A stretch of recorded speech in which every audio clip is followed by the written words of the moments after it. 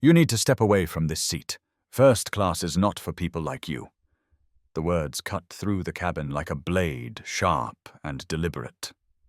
Flight attendant Bradley Hoffman stood over the seat 1A, his voice loud enough for every passenger to hear. He was not asking. He was not suggesting. He was commanding. The man in the seat did not move. He wore a simple grey hoodie and dark joggers. No Rolex glinting on his wrist. No designer labels screaming for attention.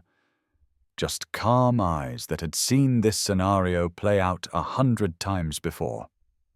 Bradley's hand hovered near the call button, ready to summon security at a moment's notice.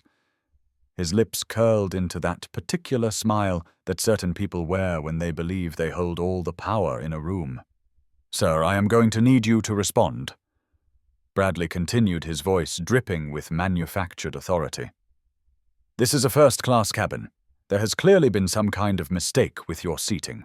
Around them, the first-class cabin had gone silent. A woman draped in designer logos watched from across the aisle, her eyebrows raised in what looked like approval. A businessman in row 2 lowered his newspaper, curious. A young mother in row 5 pulled her daughter closer, uncomfortable with what was unfolding. The man in 1A still did not speak. He simply looked up at Bradley, with an expression that was impossible to read. Not angry, not afraid, just patient, like a man who had learned long ago that silence could be its own weapon. "I am not going to ask again," Bradley said, his voice rising now, playing to the audience he had gathered. "You need to move, or I am calling the captain." What Bradley Hoffman did not know, what none of them knew, was that in exactly 90 days, the man he was humiliating would own the entire airline. Not sue them, not settle with them, own them. And he would fire Bradley Hoffman personally in front of the same colleagues who were watching this moment unfold. But to understand how we got here, we need to go back 3 hours. Back to the moment the first domino fell. Back to a quiet lounge in Terminal 4 where a man worth $8 billion was about to be told he did not belong. This is the story of Terence Blake, a man who was removed from a plane for the crime of sitting while black, a man who did not yell, did not sue, did not go viral. He did something far more devastating. He waited, and then he struck. Before we dive into this story, I want to ask you something. Have you ever been judged by how you looked instead of who you are? Have you ever walked into a room where you paid to be a restaurant, a hotel, a first-class cabin, and felt eyes on you that said you did not belong? If this story hits close to home, drop a comment below. Tell me where you are watching from. Tell me about a time when someone looked at you and decided before you ever opened your mouth exactly who you were and what you deserved. And if you believe in karma, real karma, not the hashtag kind, but the kind that takes its time and strikes when you least expect it, hit that subscribe button right now, because what happens next will change everything you think you know about power, patience, and payback. The people who humiliated Terence Blake thought they were untouchable. They thought they were protected by uniforms, by protocols, by a system designed to believe people who look like them over people who look like him. They were wrong. Now let us rewind to where it all began. 3 hours earlier, the Horizon Lounge at JFK Terminal 4 was a symphony of forced calm. Soft instrumental jazz trickled from hidden speakers, the kind of music designed to make wealthy people feel even wealthier. The air carried notes of high-end espresso and the anxious whisper of designer perfume. Floor-to-ceiling windows offered a view of planes taxiing in the grey afternoon light, and every surface gleamed with the kind of polish that whispered money. This was a space designed to insulate its patrons from the democratic chaos of the main terminal, a holding pen for the 1%, a place where the right credit card could buy you silence, comfort, and the illusion that you were somehow different from the masses rushing to their gates below. Terence Blake sat in a high-backed leather chair near the window, his long legs stretched out, ankles crossed. He wore dark grey cashmere joggers, unstructured, comfortable, and worth more than most people's monthly rent, and a matching hoodie that hung loosely on his athletic frame. On his wrist sat a simple black watch. To the untrained eye, it was nothing special. To anyone who knew watches, it was a Patek Philippe 5711, a timepiece so exclusive, so quietly expensive that it practically screamed old money without making a sound. But no one in the lounge was looking at his watch. They were looking at his face, his skin, and they were making calculations. To anyone who glanced his way, Terence Blake was just a tall black man in loungewear. Maybe an athlete killing time before a flight. Maybe a musician. Maybe someone's assistant who had wandered into the wrong room. Nobody would guess he was what Wall Street called a whale, the kind of investor whose decisions moved markets, whose phone calls made CEOs sweat, whose signature on a term sheet could make or break companies worth billions. On his lap sat a lightweight carbon fiber laptop. The screen did not show a movie or a sports game. It displayed a dense, color-coded matrix of derivatives models, tracking risk exposure for a $2.8 billion stake in Japanese sovereign bonds. At that very moment, while jazz played and espresso machines hissed, Terence Blake was deciding the fate of a fund larger than the GDP of several small countries. A shadow fell over his keyboard. "Excuse me, sir." Terence did not look up. He recognized the tone instantly. The sir carried a knife's edge of inquiry, that particular inflection that transformed a word of respect into a word of suspicion. "Can I help you with something?" The voice belonged to a lounge attendant, a young white man with a tight smile and an even tighter blazer. His name tag read Daniel. His eyes kept flicking to Terence's hoodie. His joggers, his face like he was running calculations that did not add up. "Just water," Terence said, still not looking up. "No ice." "Thank you." "Right." The attendant did not move. "It is just this seating area is reserved for our first-class international passengers." There it was, the first paper cut of the day. Terence's fingers paused on the keyboard. Slowly, deliberately, he lifted his head. His eyes, calm, analytical, revealing nothing, met the attendant's. "What part of my boarding pass?" Terence said, his voice, a low baritone that filled the space without rising, suggested, "I am not one of them." The attendant stammered. "Well, I had not seen you come in, and I meant to check." "You checked me at the desk."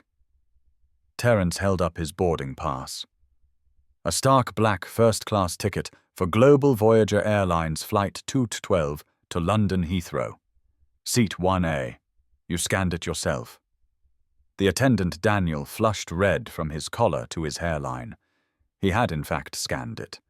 But seeing the man now slouched in joggers with a laptop, he had simply assumed there had been some kind of mistake, some kind of error. "Because surely—" "My apologies, Mr. Thorne." "Right away. Water, no ice." Terence nodded once and returned to his screen. The attendant hurried away, and the moment passed like it had never happened. But it had happened, and Terence felt it. A paper cut. That is what he called these moments. They did not draw blood. They did not leave marks. But 1,000 of them accumulated over a lifetime could make you bleed out slowly without anyone ever seeing the wound.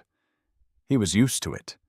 He had been collecting paper cuts since he was 12 years old, when a teacher told him he was surprisingly articulate. Since he was 16, when a store security guard followed him through a mall for 45 minutes. Since he was 22, when the world started teaching him exactly what a black man in America could expect from spaces that were not built for him.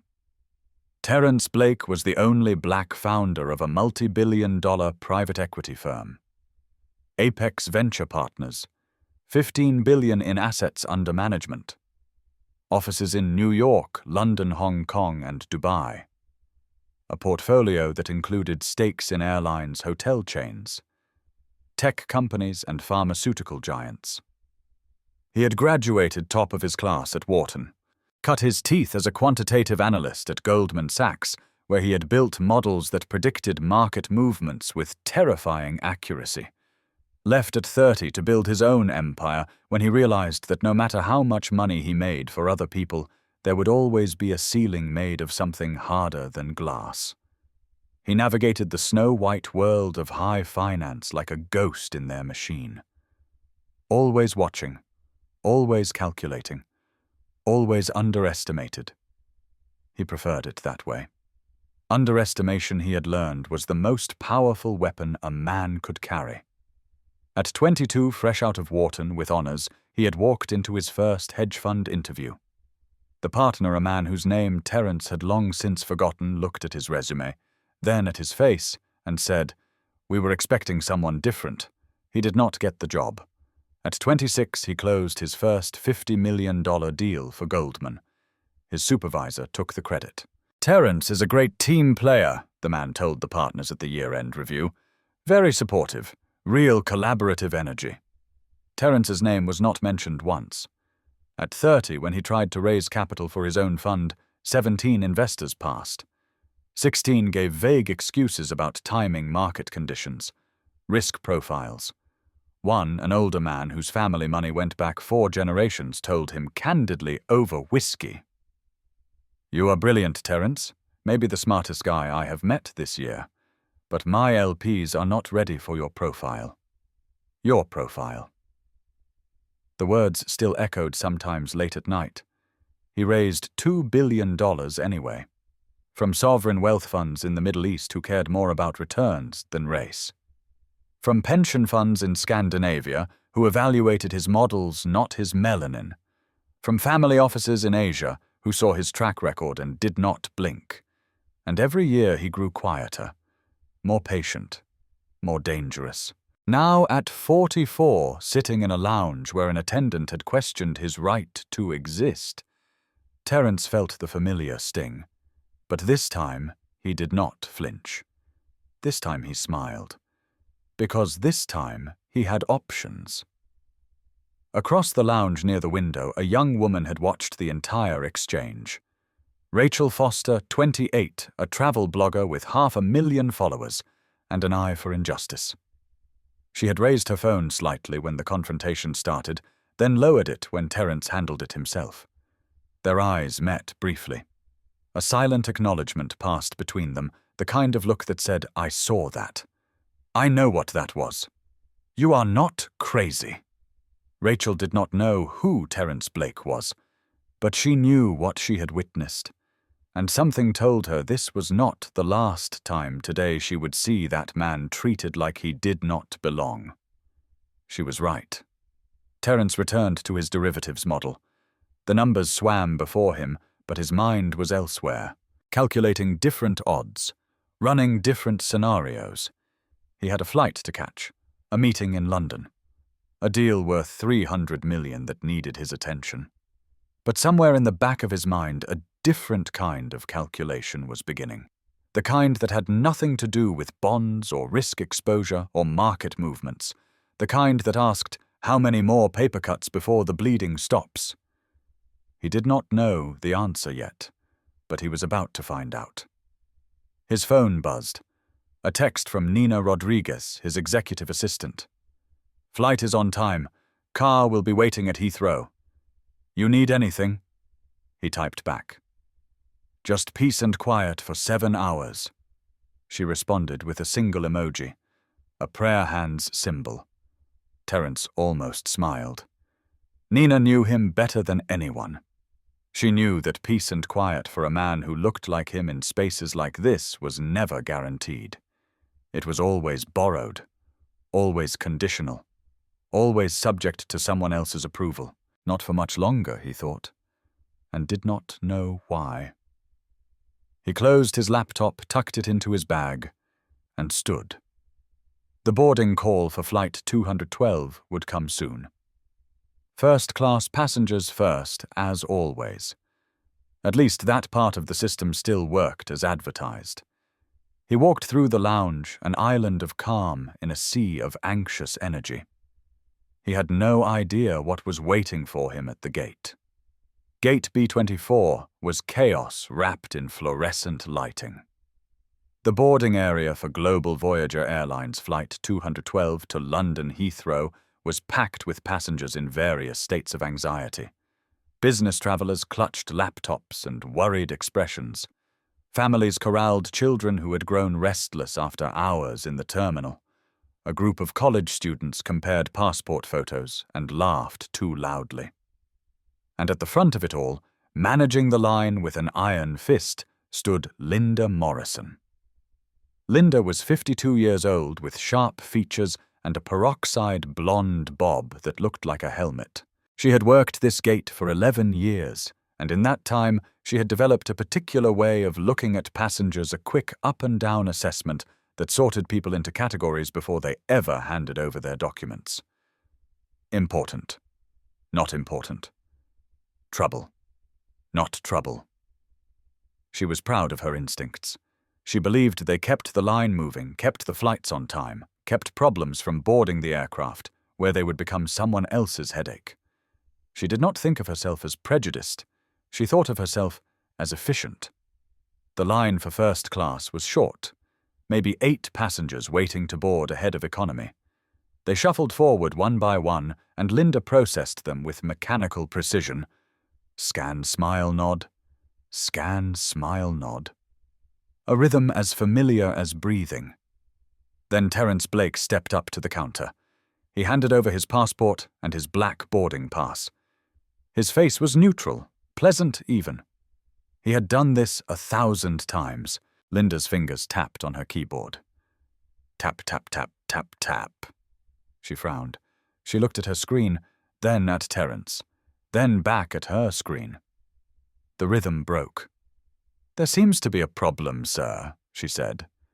Her voice carried that particular bureaucratic skepticism, the tone of someone who had found a discrepancy and intended to make it everyone's problem. "Oh," Terence kept his voice neutral. "Pleasant, unthreatening. My system is showing a conflict with your seat." She squinted at the screen like it had personally offended her. "It's to be blocked." "It is not." Linda's eyes snapped to his face. She was not used to passengers contradicting her so quickly, so confidently. "So what the system says is what matters." Her voice had hardened now, the customer service veneer cracking. "I can put you in business." 12, it is a window. Terence did not move, did not raise his voice, did not change his expression. 12F is a middle seat in the aft business cabin, he said quietly. The configuration on the 777-300ER has a 1-2-1 layout in business class, but the F column in row 12 is a middle bulkhead position, and I am not sitting there. I am sitting in 1A. Linda's eyes widened. First in surprise, how did this man in a hoodie know aircraft configurations, and then in anger? The anger of someone whose authority had been challenged. The anger of someone who was not used to being corrected. "Sir, I do not have time to argue about aircraft layouts." Her voice had risen now loud enough for the people behind Terence to hear. "You are holding up my line." "You," Terence said, leaning in just slightly, his voice dropping even lower, "are the one creating the problem. Scan my pass. Let me on the plane."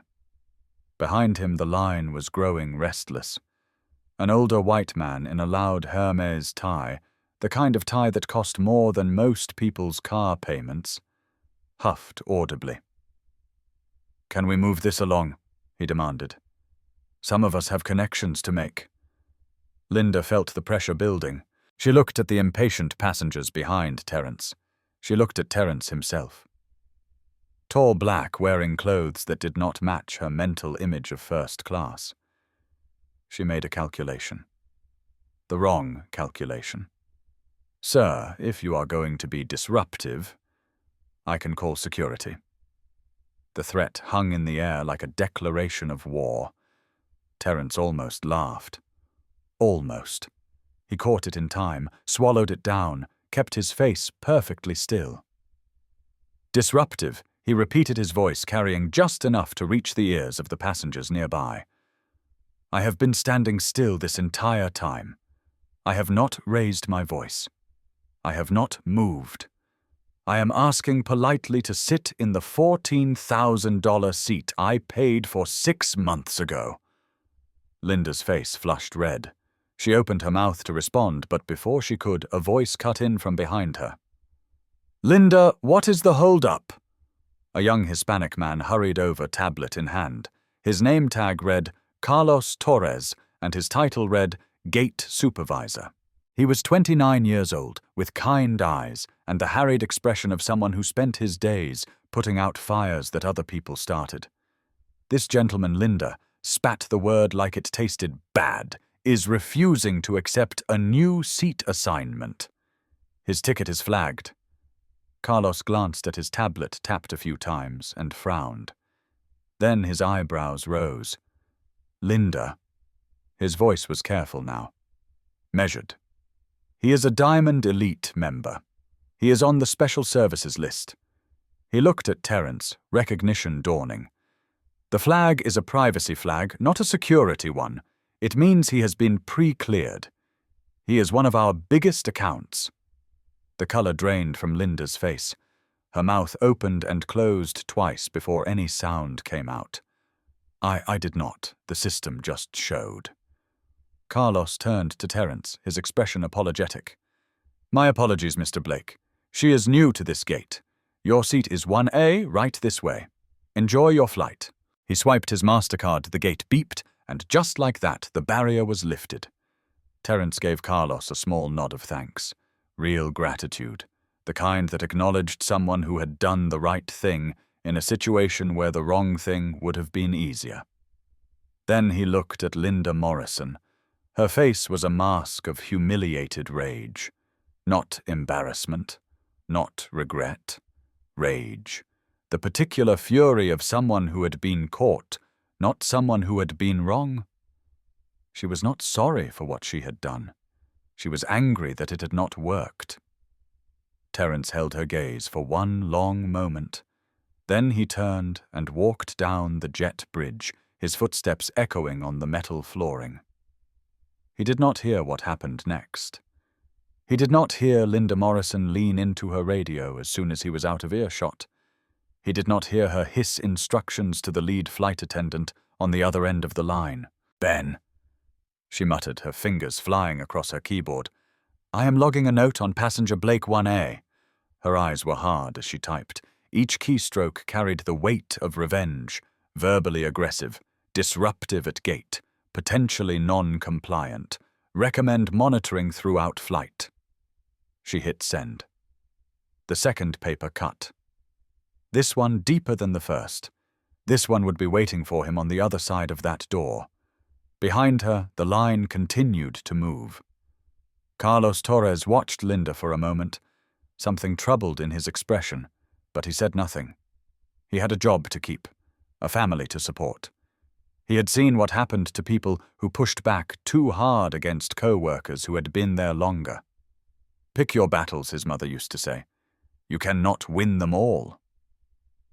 But as Carlos watched the jet bridge door close behind Terence Blake, he could not shake the feeling that this particular battle was just beginning. At the back of the boarding line, Rachel Foster, the travel blogger from the lounge, watched the exchange with sharp eyes.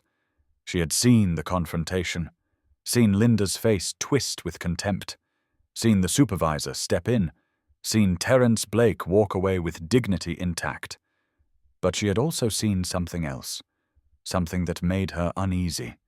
She had seen Linda's fingers on the keyboard after Terence left, seen the satisfied smile that crossed the woman's face, seen the look she exchanged with another gate agent, a look that said, "This is not over." Rachel pulled out her phone.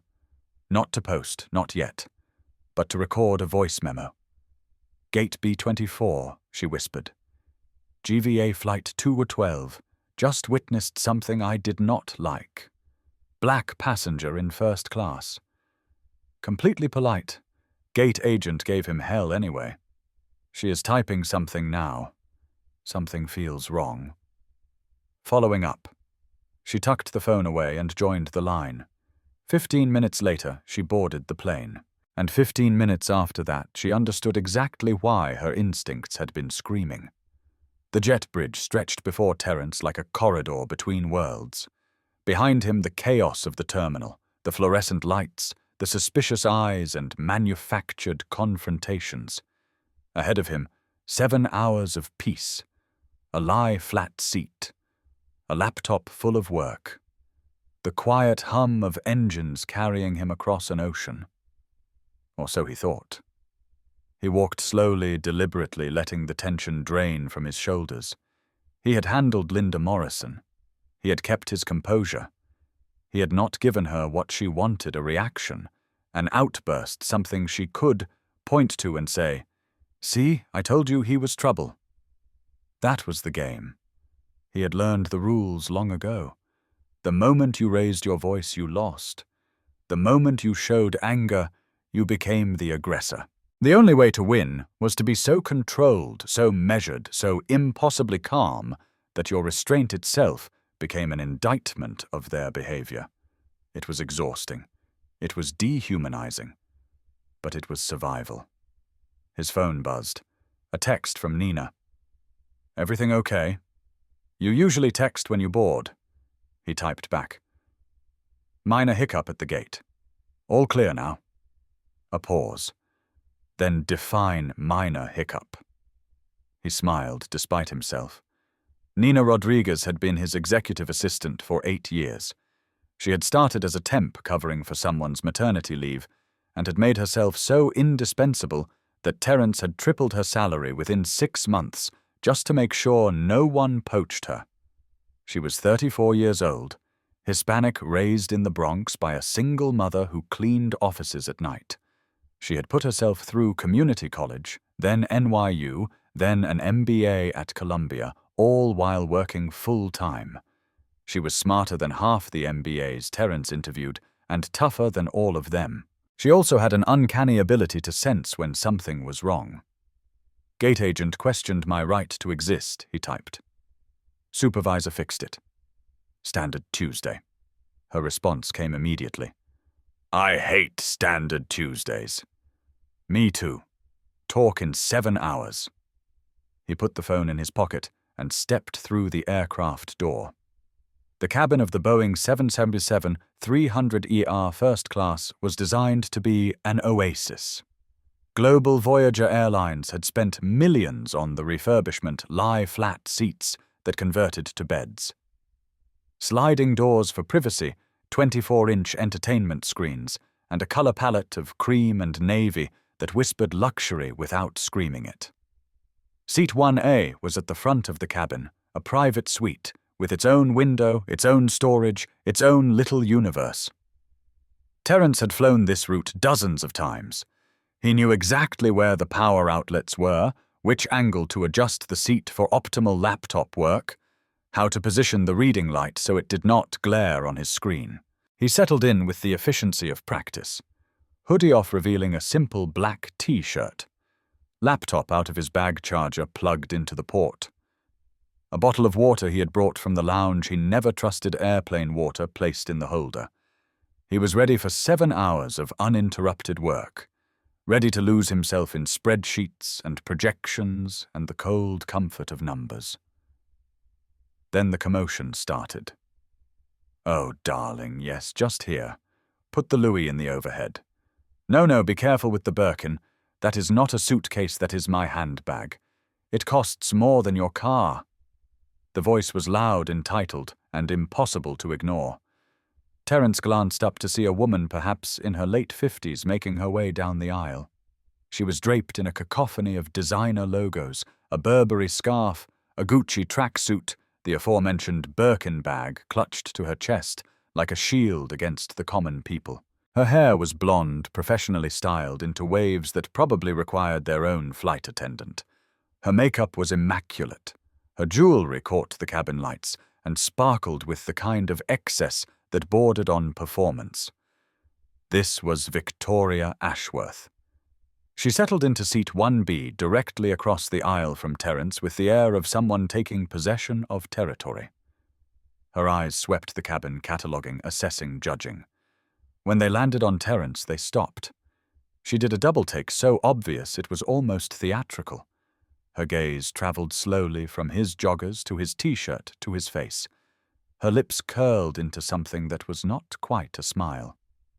Then she turned to the flight attendant hovering nearby, a man in his late 30s with a smug expression and perfectly gelled hair. "Excuse me," Victoria said, her voice pitched to Carrie. "Is there a reason he is in first class?" The flight attendant, his name tag, read. Bradley Hoffman glanced at Terence. Something flickered in his eyes. Something that looked like recognition, but not of Terence's face. Recognition of an opportunity. "I will look into it," Mrs. Ashworth Bradley said smoothly. "We want to make sure you are comfortable." Terence heard every word. He was meant to. That was the point. He kept his eyes on his laptop screen, his fingers on the keyboard, his expression carefully, deliberately blank.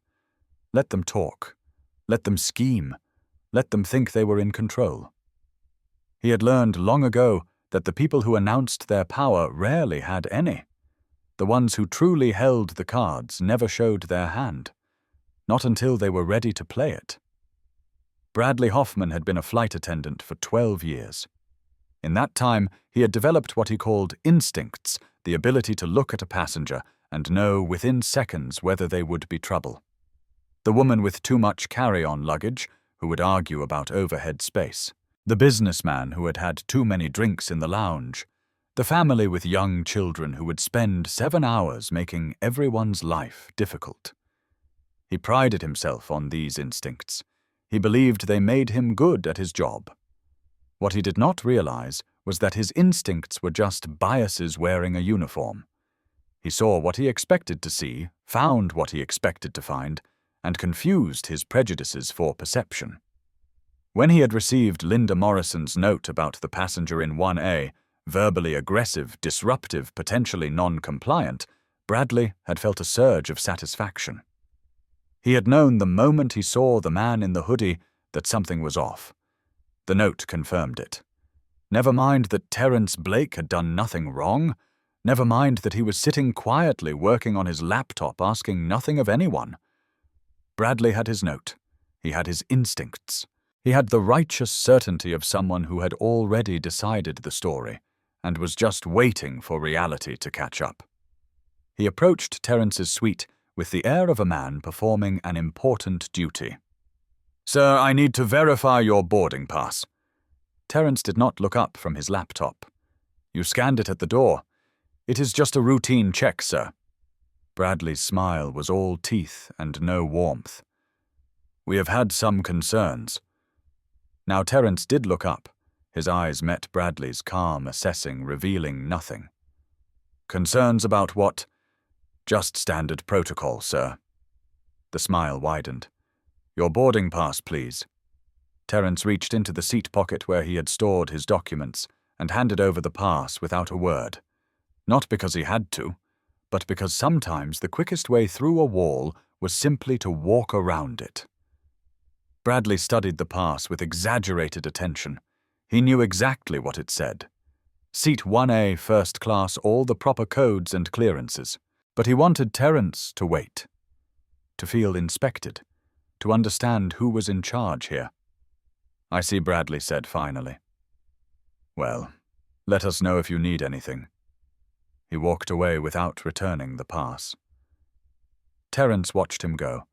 Then he leaned back in his seat and closed his eyes for a moment. The game had begun. He recognized all the pieces. The passenger across the aisle who had questioned his presence, the flight attendant who had verified his ticket with theatrical suspicion, the note he had not seen but could feel hanging over him like a target. They wanted him to react, to give them something they could point to, something they could use. He would not. He never did. But that did not mean he was not paying attention. Near the galley at the front of the cabin, a young flight attendant stood watching. Her name was Eleanor Vasquez, and she was 26 years old, new enough to the job that she still believed in doing it, right, experienced enough to know when something was going wrong. She had seen Bradley's approach to 1A, seen the way he had demanded documents from a passenger who had already been cleared, seen the smile that was not a smile, the performance masquerading as protocol. She had seen Bradley do this before. Different flights, different passengers, always the same pattern. Her hands trembled slightly as she arranged bottles in the service cart. She wanted to say something. She knew she should say something. But Bradley had been here for 12 years, and she had been here for 12 months. She had seen what happened to people who challenged him. Not yet, she told herself. Wait for the right moment. She did not know if that moment would come. But she knew that standing by and watching felt worse than the fear of speaking up. Across the aisle, Victoria Ashworth was making herself comfortable with the particular fuss of someone who wanted everyone to notice. "My pillow is not right," she announced to no one in particular. "It is too flat. And this blanket is this cashmere. It does not feel like cashmere."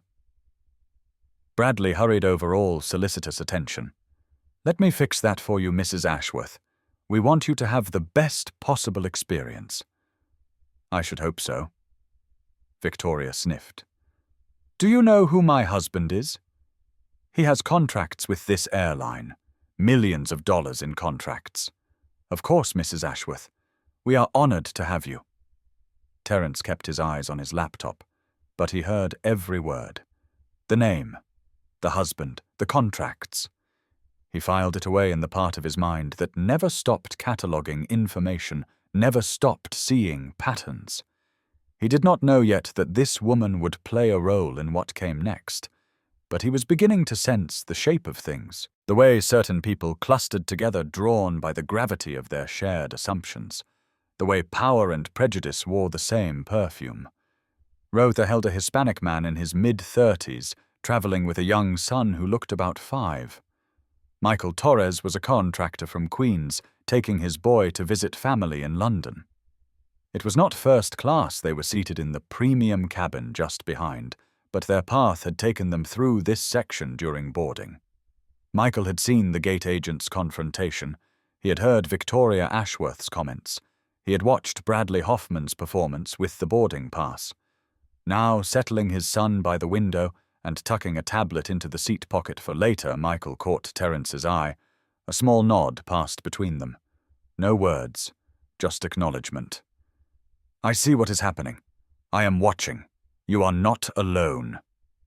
Terence returned the nod. Something loosened slightly in his chest, not much, but enough. Witnesses mattered.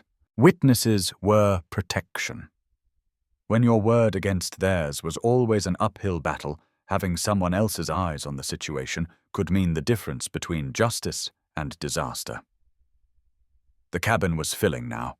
Economy passengers streaming past first-class passengers, settling in the particular choreography of boarding nearing its end. A safety video played on the screens. Flight attendants mimed emergency procedures at their stations. The captain's voice crackled over the intercom. "Good afternoon, folks. This is Captain Gregory Walsh. We are looking at clear skies and a smooth flight today, about 6 hours and 45 minutes to London Heathrow." Terence opened a new document on his laptop. Meeting notes for tomorrow. The London deal. Numbers and projections and the careful architecture of transactions worth hundreds of millions. Normal work for a normal flight. That is what he wanted to believe. That is what he hoped would happen. But deep in his gut, in the place where his survival instincts lived, he knew better. He had felt the weight of Linda Morrison's stare as he walked away. He had seen the look Bradley Hoffman and Victoria Ashworth exchanged, the unspoken alliance of people who had decided he was a problem. This was not over. It was just beginning. The plane pushed back from the gate. The engines hummed to life. Through the window, Terence watched the terminal recede, the fluorescent lights, the bustling gates, the world he was leaving behind. 7 hours to London. 7 hours of peace. Or so he hoped. Now, before we get to what happens next, I need you to understand something. What you are about to see is not rare. It happens every single day. On planes, in hotels, at banks, in boardrooms. The only difference is most of the time no one is recording. And most of the time the person being humiliated does not have the power to do anything about it. They file a complaint that goes nowhere. They write a letter that gets a form response. They tell their friends, their family, their therapist. And then they move on because what else can they do? The machine is bigger than any one person. But Terence Blake, he had power. He just had not decided to use it yet. If you have ever been in his shoes, dismissed, doubted, or denied because of how you looked, drop a comment below. Share your story. I want to hear it. And keep watching, because what happens at 35,000 feet is going to change everything. The flight attendants are closing the cabin doors. The plane is taxiing to the runway. And in first class, a man who built an empire from nothing is about to discover exactly how much the world wants to tear it down. The plane had been in the air for 90 minutes when the first sign of trouble appeared. Terence had settled into his work rhythm spreadsheets, emails, projections for the London meeting. The cabin had quieted after the initial flurry of beverage service and meal selection.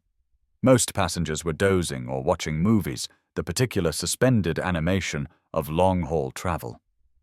Across the aisle, Victoria Ashworth had not quieted. She was on her phone, a violation of the electronic device policy, but one that Bradley Hoffman seemed remarkably uninterested in enforcing.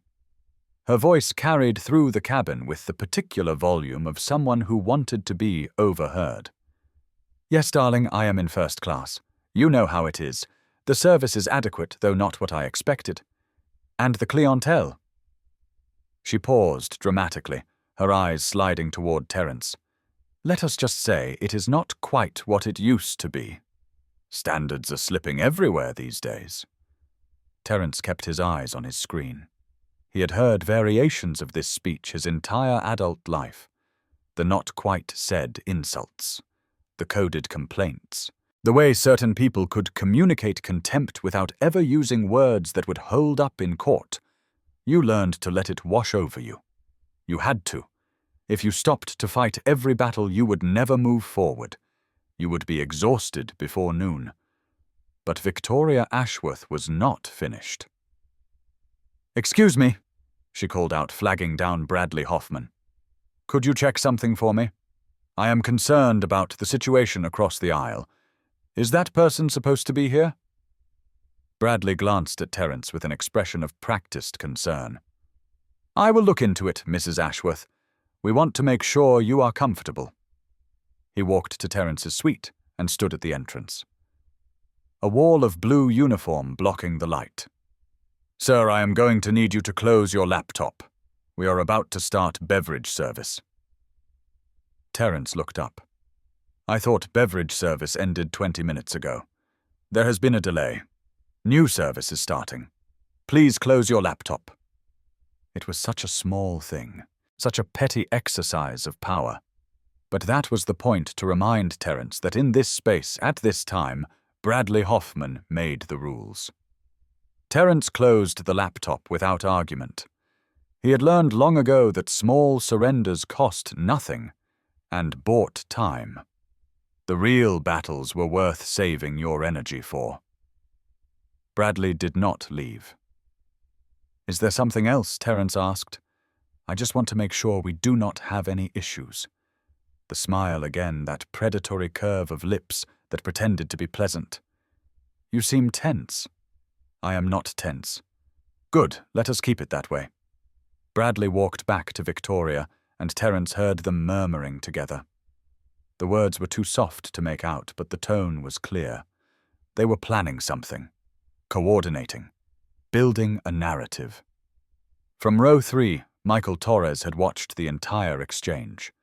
His son was asleep against the window, but Michael was wide awake, his contractor's instincts telling him that something was being constructed here, something that would hurt someone. He caught Terence's eye again and gave another small nod. Still watching, still seeing. Terence returned the nod, grateful for the acknowledgement. At the galley, Elena Vasquez was preparing the drink cart with hands that would not stop shaking. She had heard Bradley's conversation with Victoria. She had heard the plans being whispered. She knew what was coming. "Bradley," she said quietly, "the passenger in 1A has not done anything wrong. I verified his ticket when he boarded. He has been completely quiet." Bradley turned to her with eyes like ice. "Elena, I am going to give you some advice. Stay out of things that do not concern you." "But this is a passenger management issue. I have been doing this for 12 years. I know what I am looking at." "Do you?" Elena swallowed hard. "I know what I am seeing." "And what is that?" She did not answer. Could not answer, because what she was seeing was her career on the line if she said the wrong thing. Her apartment, her mother's medical bills, all of it balanced against doing what was right. "That is what I thought," Bradley said. "Now finish the cart, and keep your observations to yourself." He walked away, and Elena stood frozen in the galley, the weight of her silence pressing down on her chest. Back in 1A, Terence had reopened his laptop. But he was not looking at spreadsheets anymore. He was looking at the reflection in the dark corners of his screen, watching Bradley's movements, tracking Victoria's glances, mapping the shape of the trap being built around him. He had been in traps before. He had escaped them all. But this one felt different, more coordinated, more deliberate. His phone had no signal at 35,000 feet. He could not call Nina, could not text David Brennan, could not summon the cavalry. He was alone up here, alone in a metal tube hurtling through the sky, surrounded by people who had decided he was a threat before he had ever opened his mouth. The thought should have frightened him.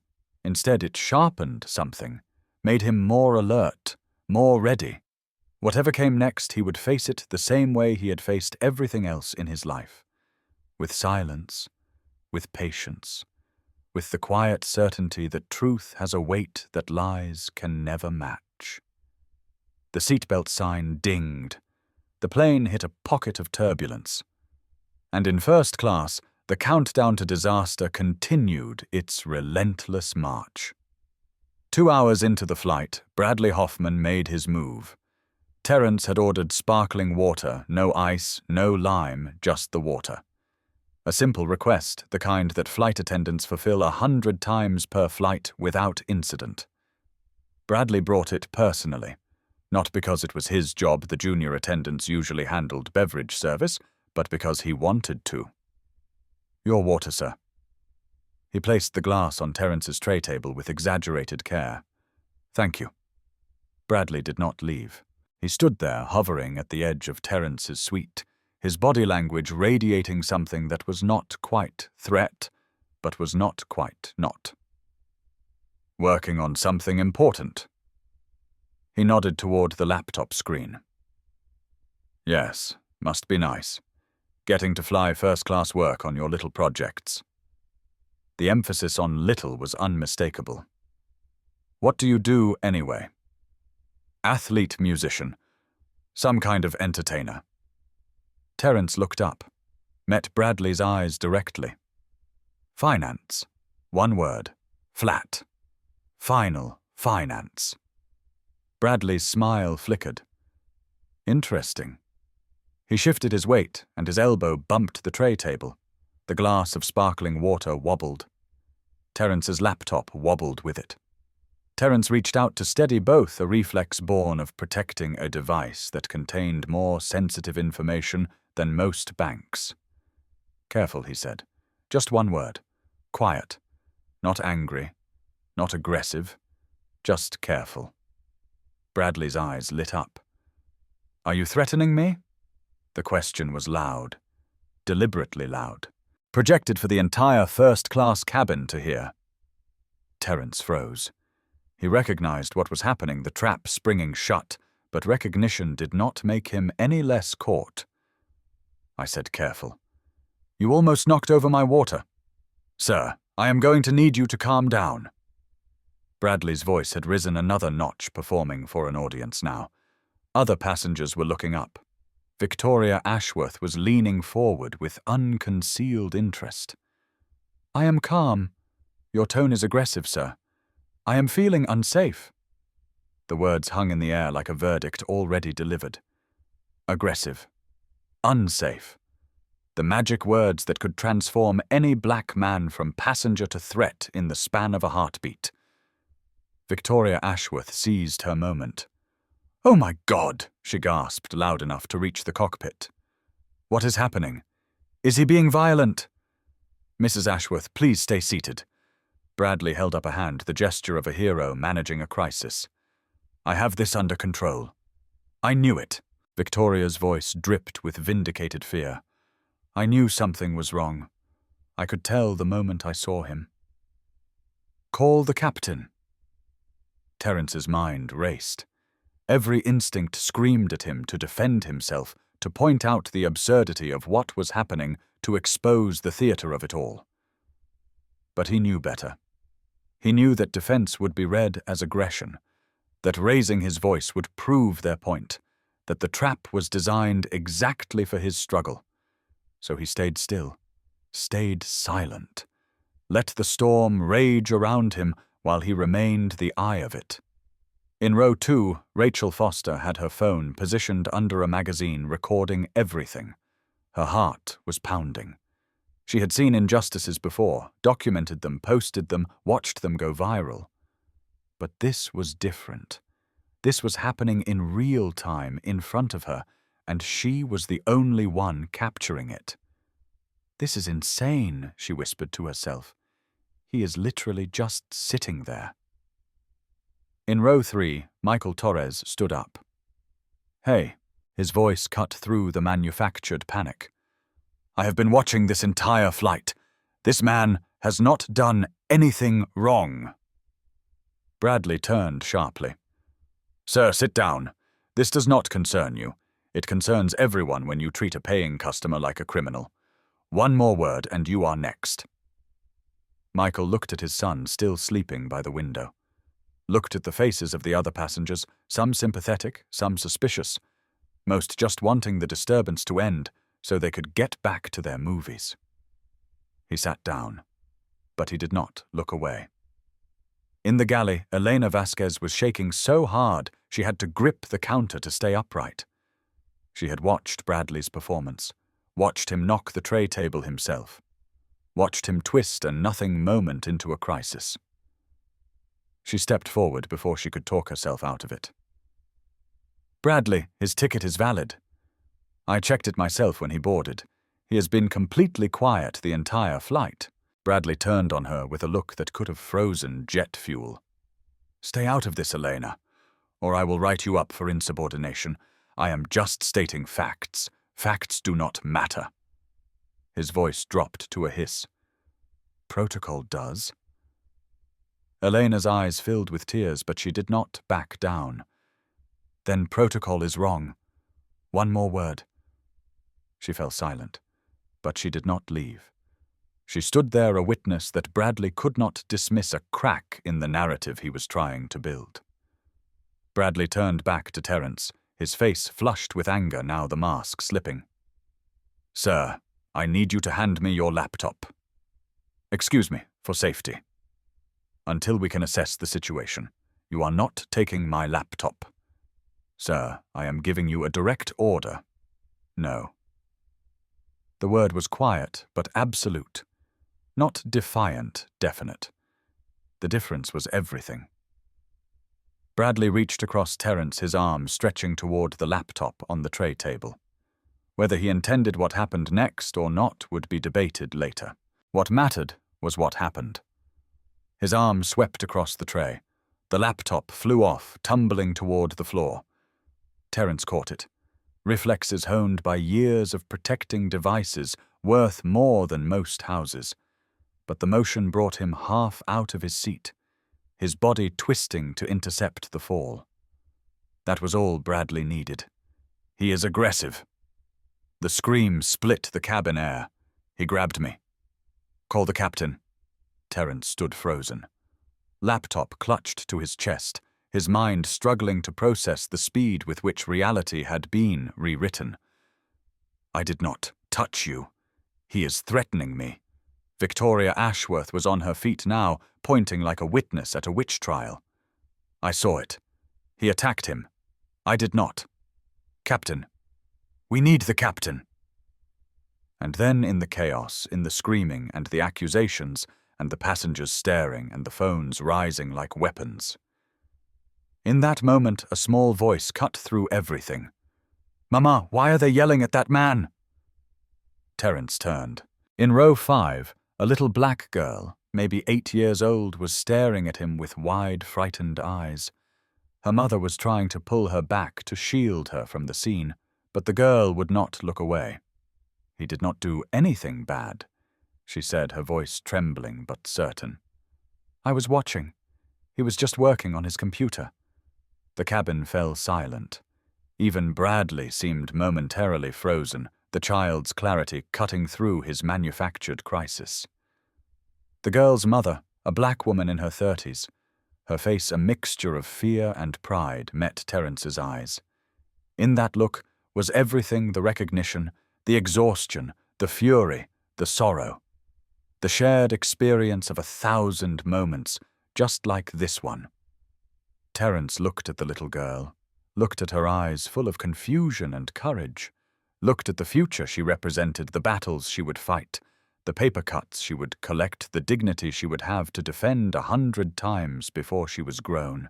Something in him shifted. Something that had been calculating survival suddenly started calculating something else. This was not just about him anymore. It was about her. About Michael's son sleeping in row 3. About every person who had ever been told they did not belong and had no power to prove otherwise. The captain's voice crackled over the intercom. This is Captain Walsh. I am being informed of a disturbance in the cabin. Flight attendants, please report. The cockpit door opened, and everything changed. Captain Gregory Walsh was 55 years old and had been flying for 3 decades. He walked into the first-class cabin with the authority of a man who had never had his authority questioned. Silver hair, square jaw, the kind of bearing that looked good on recruitment posters. He did not ask what happened. He already knew, or thought he knew. He had received Bradley's call. He had heard the words aggressive, threatening, unsafe. He had made his decision before he ever stepped out of the cockpit. What is the situation? His voice was clipped. Military. Final. Bradley stepped forward, adjusting his uniform like a soldier reporting to command. Sir, this passenger has been verbally aggressive since boarding. He just physically threatened me in front of the entire cabin. Mrs. Ashworth witnessed it. Victoria nodded vigorously, clutching her Birkin bag like a shield. He is dangerous, Captain. I have been watching him the whole flight. Something about him just seemed off. And then he attacked your crew member, right in front of me. Captain Walsh turned to Terence, looked him up and down, saw the hoodie, the joggers, the face, made his calculation. Sir, I need you to explain yourself. Terence took a breath, kept his voice level, kept his hands visible. Captain, I have been sitting in my seat for 2 hours. I have not raised my voice. I have not touched anyone. Your flight attendant knocked my laptop off the tray table and is now claiming I threatened him. I have done nothing wrong. The captain's eyes narrowed. My flight attendant says otherwise. Your flight attendant is lying. Watch your tone. My tone is calm. My words are factual. There are witnesses who saw what actually happened. From row 2, Rachel Foster spoke up. Captain, I have been recording since the confrontation started. The passenger is telling the truth. He never touched anyone. He never raised his voice. The flight attendant knocked over his laptop and then started screaming. Captain Walsh barely glanced at her. "Recording on this aircraft is against company policy. Delete that footage immediately or you will be removed as well." Rachel went pale but kept her phone in her hand. "I am a journalist. This is documentation of... I do not care what you are. This is my aircraft, my rules. Delete it." Rachel did not delete it, but she stopped talking. Michael Torres tried next. "Captain, I am in row 3. I have been watching the entire flight. The man in 1A did not do anything. He was just working on his laptop when the flight attendant started harassing him. Sir, one more word and you will be deplaned with him. Is that what you want with your child on board?" Michael looked at his sleeping son, felt the trap closing. The same trap that always closed the choice between speaking truth and protecting family. He sat down, hated himself for it, but stayed silent. Elena Vasquez stepped forward one last time, tears streaming down her face. "Captain Walsh, with all due respect, I have been watching this situation from the beginning. Mr. Blake has been completely compliant. There has been no aggression, no threat, no..." "Elena." The captain's voice was ice. "You are relieved for the rest of this flight. We will discuss your insubordination when we land. Sir, I am just telling you what I saw. What you saw is not what I see. And I am the captain. My crew reported a threat. I have a valued passenger confirming that threat. And I have a man who will not take responsibility for his actions." He turned back to Terence. "Sir, you are being removed from this aircraft." The words landed like a gavel. "We are over the Atlantic," Terence said quietly. "Then I suggest you get comfortable. We are turning around. You are diverting an entire flight because your crew lied about a passenger who has not done anything wrong. I am diverting this flight because I have a safety concern. And I am the only one who gets to decide what constitutes a safety concern."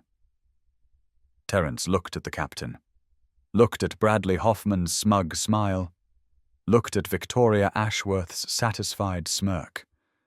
"You are going to regret this," Terence said. "Not a threat. A statement. A prediction. Is that a threat, sir? It is a fact. The kind that stands up in court. The kind that destroys careers.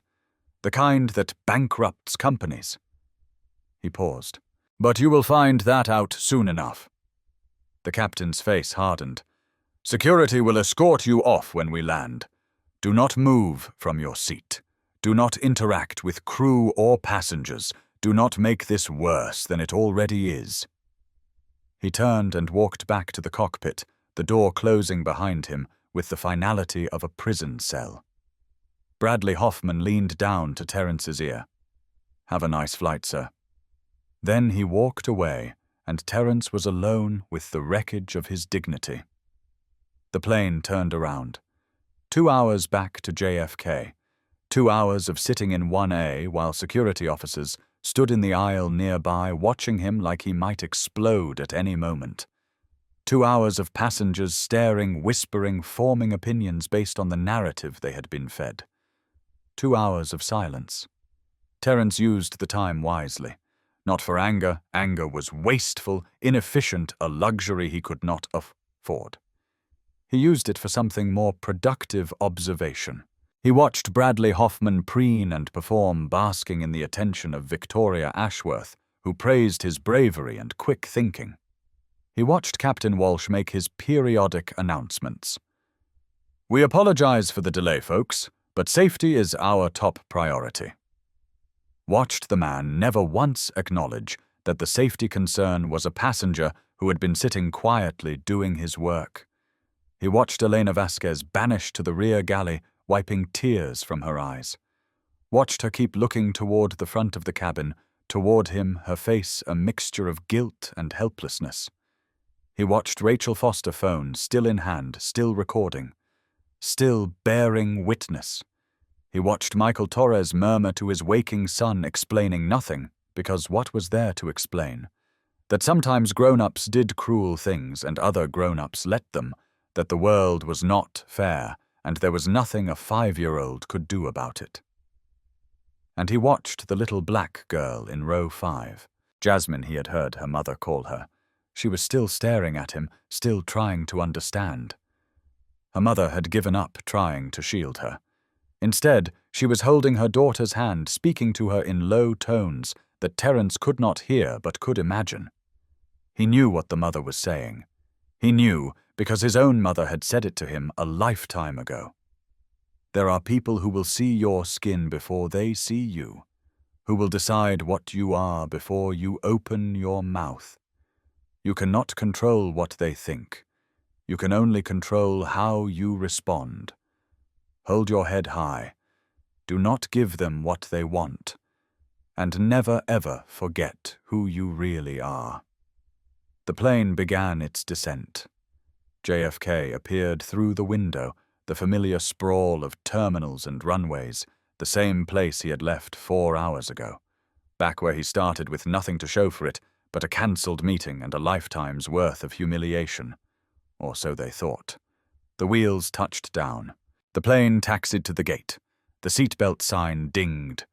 And then the walk began. Terence stood up slowly, carefully.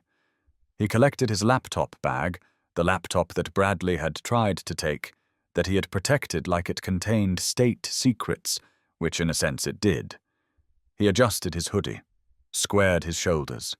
Security officers flanked him immediately. "Sir, please come with us."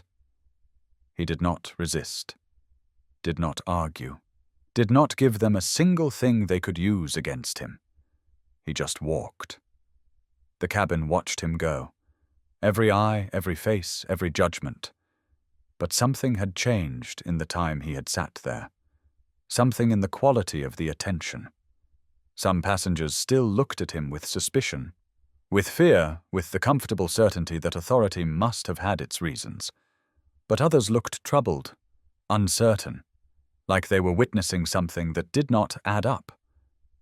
In row 2, Rachel Foster held up her phone slightly as he passed. Her eyes met his. A small nod. "I got everything. I am with you." He returned the nod. "Thank you." In row 3, Michael Torres looked up from his son's sleeping form. His face was twisted with shame, the shame of a man who had stayed silent when he should have spoken, who had prioritized safety over justice.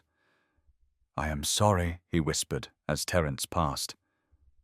"I should have done more." Terence paused, looked at Michael, looked at the little boy curled against the window. "You were a witness," he said quietly. "That matters. And you have a son to protect. Do not apologize for that." He kept walking. In the galley, Elena Vasquez stood with red eyes and trembling hands. "I am so sorry," she said, her voice breaking. "I tried. You spoke up." Terence stopped in front of her. "When everyone else was silent, you spoke up. Do not ever forget that, and do not let them make you forget it either." Elena could not respond. She just nodded, tears spilling down her cheeks. He kept walking, and then he reached row 5. The little girl Jasmine was watching him with those wide eyes. Her mother had given up trying to pull her back. Some things you just have to witness. Terence stopped. He knelt down slightly, bringing himself to Jasmine's eye level. "You are right," he said to her. "I did not do anything bad." "Then why are they taking you away?" The question so simple, so unanswerable, so devastating in its innocence. Terence looked at her mother, saw the pain there, the exhaustion, the fury held in check by the need to protect a child from truths she was too young to carry.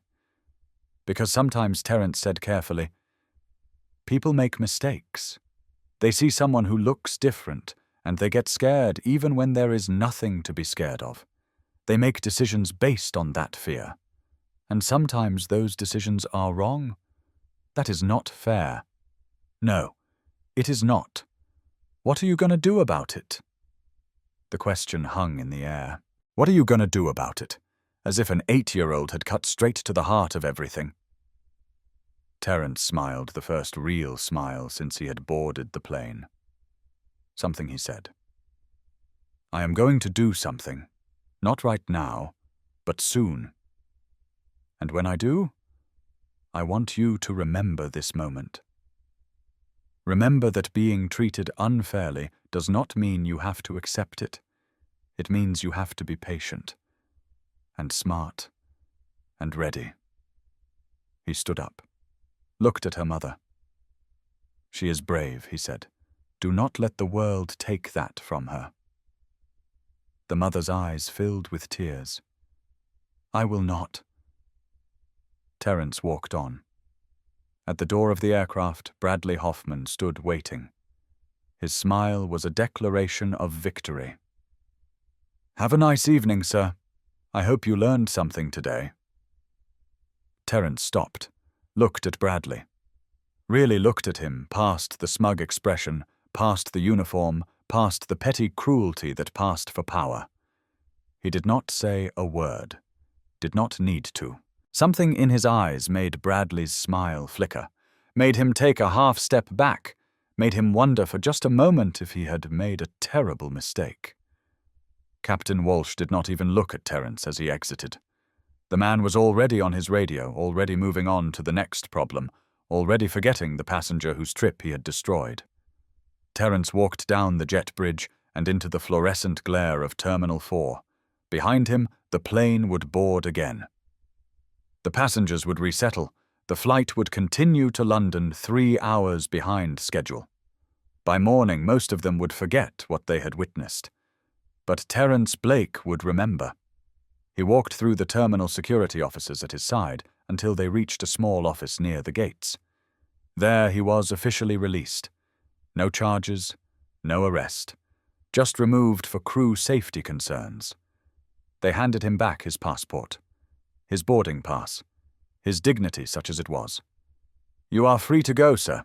We apologize for any inconvenience. Inconvenience? The word burned like acid. Terence walked out of the office and found a quiet corner of the terminal. He pulled out his phone, turned it on.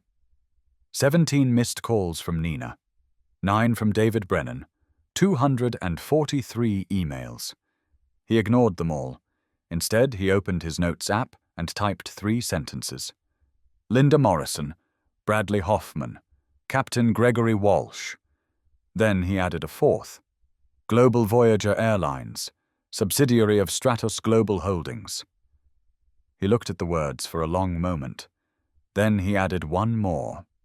90 days. He put the phone in his pocket and walked toward the exit. The machine had done its work. It had chewed him up and spit him out, confident in its power, secure in its protection. But the machine did not know what it had done. It did not know who it had targeted. Terence Blake was not just a passenger. He was not just a victim. He was a predator. And now he had chosen his prey. Now, if you are still watching, you might be thinking, that is it. He just walked off. No lawsuit, no confrontation, no viral video, destroying everyone involved. And you would be right to wonder, because here is what they do not teach you about revenge. The loudest response is rarely the most effective. The person who screams gets attention. The person who files a complaint gets a form letter. The person who goes viral gets 15 minutes of fame and a settlement that comes with a non-disclosure agreement. But the person who waits, who plans, who moves in silence while their enemies celebrate, that person gets everything. Terence Blake did not need to yell. He did not need to sue. He did not need to go viral and hope the court of public opinion would deliver justice that the real courts never could. He needed to be patient. And what he did over the next 90 days would destroy everything his enemies thought they knew about power. Because Linda Morrison, the gate agent who filed a false report, Bradley Hoffman, the flight attendant who fabricated an attack, Captain Gregory Walsh, who turned a plane around based on lies, Victoria Ashworth, who played witness to crimes that never happened. They thought they won. They thought they were protected. They thought the system that had always covered for people like them would continue to do so forever. They were wrong. If you want to see what real karma looks like, not the hashtag kind, but the kind that rewrites industries and destroys careers and leaves people wondering how they ever thought they were untouchable, keep watching. And if you have not already hit that subscribe button, because you are about to witness something that has never been done before. Let us continue. Terminal 4 was quieter now. Terence sat in a molded plastic chair near gate C31, watching planes taxi in the darkness. The boarding area was empty. His flight to London was already 3 hours into its rescheduled journey, carrying passengers who would tell the story of what they had witnessed to friends and family, and anyone who would listen. He had been sitting there for 45 minutes. Thinking, planning, running scenarios in his mind like the quantitative models he had built his fortune on. His phone buzzed again. "Nina, for the 18th time." He answered. "Terence, what happened? I have been trying to reach you for hours. David has been calling me every 5 minutes. The London meeting is asking where you are." "Are you okay?" "I am fine. You do not sound fine." "What happened?" He told her. All of it. The gate agent, the flight attendant, the fabricated incident, the captain, the walk of shame through a cabin full of strangers, the little girl who asked why they were taking him away. When he finished, Nina was silent for a long moment. "What do you need?" she finally asked. No sympathy, no outrage, just the question that mattered. That was why he trusted her. That was why she ran his life. Information. I need a full profile on Global Voyager Airlines. Ownership structure, parent company, board composition, largest shareholders, debt obligations, executive compensation. Everything. You are not going to sue them. It was not a question. Nina knew him too well. No. What are you going to do? Terence looked out to the window at the planes. The same planes that had just rejected him. The same company that had decided he was a threat to be removed. Something bigger. Start the research tonight. I want a preliminary report by morning. Consider it done. She paused. Terence, whatever you are planning, be careful. These companies have lawyers. They have PR teams. They have nothing. They are a publicly traded subsidiary of a mediocre holding company with an underperforming stock price and a board full of old men who do not know the world has changed. They think they are untouchable because they always have been, because no one has ever had the resources to touch them. And you do? I do. Another pause. Then I will have the report ready by 7 a.m. Thank you, Nina. Thank me when it is over. She hung up. Terence's next call was to David Brennan, his chief legal counsel. David, I need you to locate a woman named Rachel Foster. She was on my flight. Travel blogger. She recorded everything that happened. Find her. Secure that footage. Legally. Are we building a lawsuit? Not yet. Evidence preservation. I want options. What kind of options are we talking about? The kind that takes time to explain. Just find her, David. Make sure that video does not disappear. I will have someone on it within the hour. The call ended. Terence opened his email and typed a message to his London counterpart, apologizing for missing the meeting, explaining there had been a travel emergency. He did not go into details. Did not need to. In his world, travel emergency could mean anything from a cancelled flight to a family crisis. No one would question it. Then he opened his browser and started searching. Stratos Global Holdings, parent company of Global Voyager Airlines, market cap 42 billion, stock price down 18% over 3 years, multiple analyst downgrades, customer satisfaction at historic lows. 3 discrimination lawsuits settled quietly in the past 2 years. Executive compensation up while profits declined. A company that was struggling. A company that was vulnerable. A company that with enough pressure in the right places could be taken. Terence closed his phone and leaned back in the plastic chair. 90 days. That is how long a hostile takeover typically took when you had the resources and the resolve. 90 days of quiet accumulation, of building positions, of recruiting allies, of waiting for the perfect moment to strike. He had the resources. 8 billion in personal assets, 15 billion under management at Apex, lines of credit with every major bank, relationships with sovereign wealth funds and pension systems, and family offices around the world. Did he have the resolve? He thought about Bradley Hoffman's smug smile, about Victoria Ashworth's performance, about Captain Walsh refusing to even look at him. He thought about Elena Vasquez crying in the galley, about Michael Torres's shame, about Rachel Foster's courage. He thought about Jasmine, the little girl who had asked, "What are you going to do about it?" Something he had told her. "I am going to do something." Yes, he had the resolve. Terence Blake stood up, collected his bag, and walked toward the exit. In the terminal behind him, flights continued to board. Passengers continued to travel, and the world continued to turn as if nothing had happened. But something had happened. Something that would echo through boardrooms and stockholder meetings, and eventually inevitably through the careers of everyone who had decided that a black man in a hoodie could not possibly deserve a first-class seat. The countdown had begun. Day 7. Nina Rodriguez spread the research across Terence's desk like a battlefield map. "Here is what we are looking at," she said, pointing to the organizational chart. Global Voyager Airlines is a wholly owned subsidiary of Stratos Global Holdings. Stratos is a diversified conglomerate airlines, hotels, car rentals, some logistics. Total market cap around 40 billion. Who runs it? CEO is James Whitmore, 62 years old. Old guard.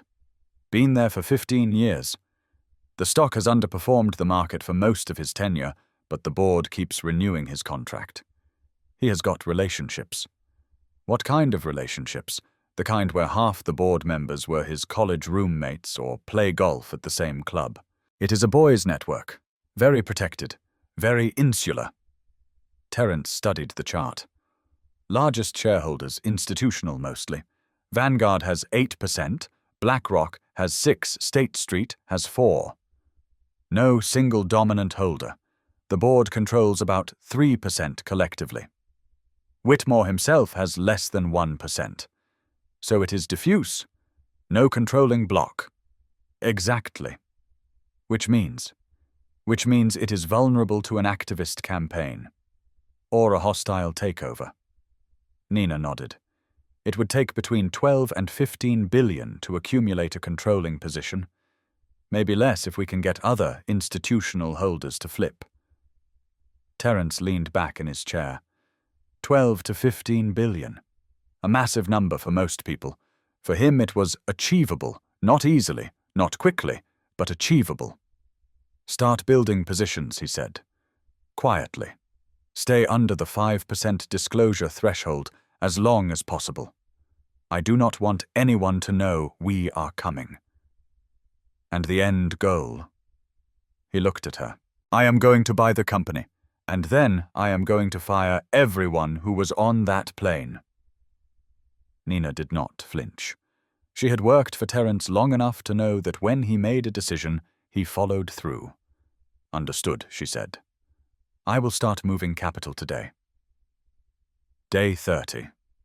The position had grown to 4.9%, just under the threshold that would require public disclosure. Terence had spread the purchases across multiple funds, multiple accounts, multiple trading desks, all coordinated to avoid detection. He flew to London, commercial economy class, anonymous, to meet with investors. The pitch was simple. Stratos Global Holdings is undervalued. The board is weak. Management is complacent. I am making a move. Are you in sovereign wealth funds listened? Pension systems listened. Family offices whose only loyalty was to returns listened. One by one they committed capital. Not to Apex directly, that would be too obvious, but to parallel vehicles that would move in concert when the time came. The war chest was growing. Day 45. Terence sat in his office, reviewing the latest acquisition reports. The combined position his funds plus aligned investors had reached 9%. Still below the radar. Still building. David Brennan walked in with a folder. "Update on our friends from Flight 212, he said. Sliding the documents across the desk. Terence opened the folder. Bradley Hoffman. Still working.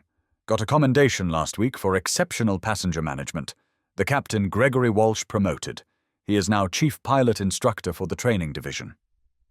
Terence's jaw tightened. "And the gate agent Linda Morrison. Employee of the month." Silence filled the office. The injustice of it, the people who had destroyed his trip, who had humiliated him in front of 200 strangers being rewarded while he sat in New York plotting in secret, was almost too much to contain. Almost. Good Terence said finally. Let them celebrate. Let them think they won. It makes what comes next even sweeter. What about the video Rachel Foster's footage? Secured encrypted and backed up in 3 locations. She has agreed not to release it publicly, in exchange for an exclusive interview when the time is right. She understands the play. Terence nodded. Good. We are going to need that footage. But not yet. Soon. Day 60. The position had reached 15%. Terence was now the largest single shareholder of Stratos Global Holdings, though the world did not know it yet.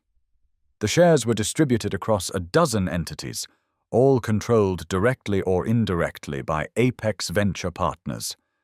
The board received an anonymous letter. Change is coming. James Whitmore, the CEO, laughed when he read it. Activist investors, he told his board. We have dealt with their kind before. They make noise, we ride it out, they go away. He had no idea who he was dealing with. Day 75. Terence made his move. The 13D filing hit the SEC website at 4 p.m. Eastern, a formal disclosure announcing that Apex Venture Partners and affiliated entities had acquired 22.3% of Stratos Global Holdings and intended to seek board representation and management changes. The financial media exploded. Apex Venture Partners launches hostile bid for Stratos Global. Activist investor targets airline conglomerate. Terence Blake declares war on Stratos board. The stock price jumped 18% on speculation. Hedge funds started placing bets. Analysts started publishing research. The business world turned its attention to a company that had been content to drift in mediocrity for years. James Whitmore finally read Terence Blake's name. His face went white. Day 85. The board meeting was called for 9 a.m. Terence arrived at Stratos Global headquarters at 8:45, accompanied by Nina Rodriguez, David Brennan, and a team of lawyers whose collective billing rate exceeded the GDP of a small island nation. He wore a bespoke navy suit, Italian shoes, a watch that cost more than most employees' annual salaries. This was not a day for hoodies and joggers. This was a day for armor. The boardroom was on the top floor, all glass walls and mahogany tables, and the particular hushed tension of power being contested. 10 board members sat around the table. At the head, James Whitmore, looking like a man who had just discovered his castle had been built on sand. Terence walked in and took a seat at the opposite end of the table. Gentlemen, he said. Ladies, my name is Terence Blake. I believe you have been expecting me. James Whitmore tried to seize control immediately. Mr. Blake? he said, his voice carrying the forced authority of a man who knew he was losing. I do not know what you think you are accomplishing with this circus, but this board will not be intimidated by activist tactics. Terence did not blink. I am not an activist, Mr. Whitmore. I am your largest shareholder, the largest shareholder this company has ever had. And I am here to discuss the future of an enterprise that has been comprehensively mismanaged for years. That is a matter of opinion. No, it is a matter of record. Terence nodded to Nina, who began distributing folders to each board member. 3 years of declining stock price, customer satisfaction at a 15-year low, multiple discrimination lawsuits settled with non-disclosure agreements, executive compensation up 40%, while operating margins declined by 12%. He paused, letting the numbers sink in. This company is failing its shareholders. It is failing its customers, it is failing its employees, and it is failing the basic standards of corporate governance that any competent board should uphold. A board member, silver-haired, distinguished the kind of man who had been on corporate boards since before Terence was born, leaned forward. Mr. Blake, is this personal? We have heard rumors about an incident involving one of our flights. Terence met his eyes. 3 months ago, I was removed from a global Voyager flight. First class. Seat 1A. I had done nothing wrong. Nothing. Your gate agent filed a false report calling me aggressive. Your flight attendant fabricated an incident and claimed I attacked him. Your captain turned the plane around without conducting any investigation whatsoever. He pulled out his phone, connected it to the room's display system. I would like to show you something. The video began. Rachel Foster's footage. 10 minutes of unedited truth. The confrontation with Bradley Hoffman. Victoria Ashworth's performance. Captain Walsh's decision. Terence being walked off the plane while passengers stared. And at the end, the little girl, Jasmine, asking Mama, why are they taking that man away? He did not do anything bad. The room watched in silence. Several board members shifted uncomfortably. One looked away entirely. When the video ended, Terence spoke again. This is not personal, Mr. Chairman. This is evidence of a pattern of failures in culture, in training and accountability that has infected this organization from top to bottom. I am here to fix it. The question is whether this board will help me, or whether this board will be replaced. James Whitmore's face had gone from white to red. You cannot just walk in here and... I can. And I am. Terence's voice was ice. I am calling for a vote of no confidence in James Whitmore as CEO of Stratus Global Holdings. That is not how this works. The bylaws require. David Brennan spoke up. Section 4. 7 of your corporate charter allows any shareholder with more than 20% to call an emergency vote on executive leadership with 48 hours notice. We provided that notice 48 hours ago. The vote is procedurally valid. Whitmore looked around the table. His allies, the golf buddies, the college roommates, the men who had rubber-stamped his compensation for 15 years would not meet his eyes. They could count. 22% of the company wanted him gone.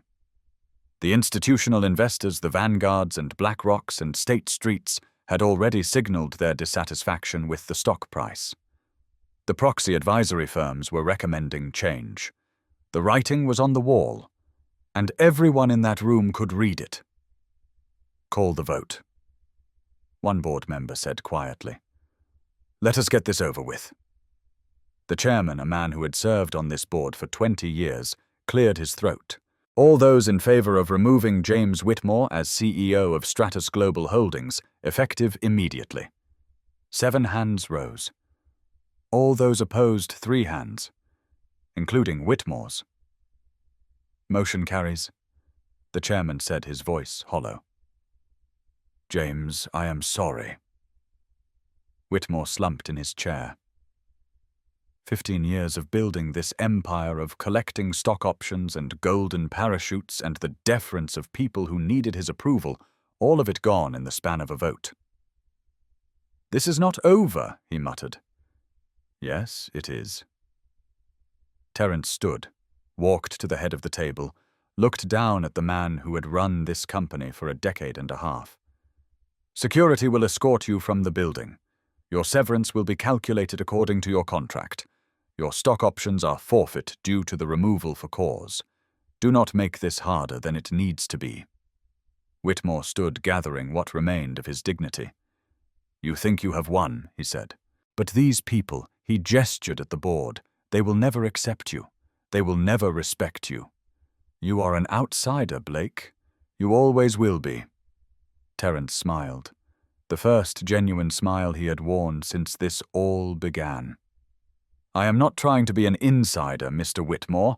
I am trying to burn the insider system down." He nodded to security. "Please escort Mr. Whitmore out." They led him away. The door closed, and Terence Blake stood at the head of the table, surveying the men and women who now worked for him. "I would like to propose a motion," he said, "to name Terence Blake as interim CEO and chairman of the board effective immediately." The vote was unanimous. The king had taken his throne. The next morning, 3 people sat waiting in a conference room on the 30th floor of Stratus Global headquarters. They did not know why they had been summoned. They did not know who had summoned them.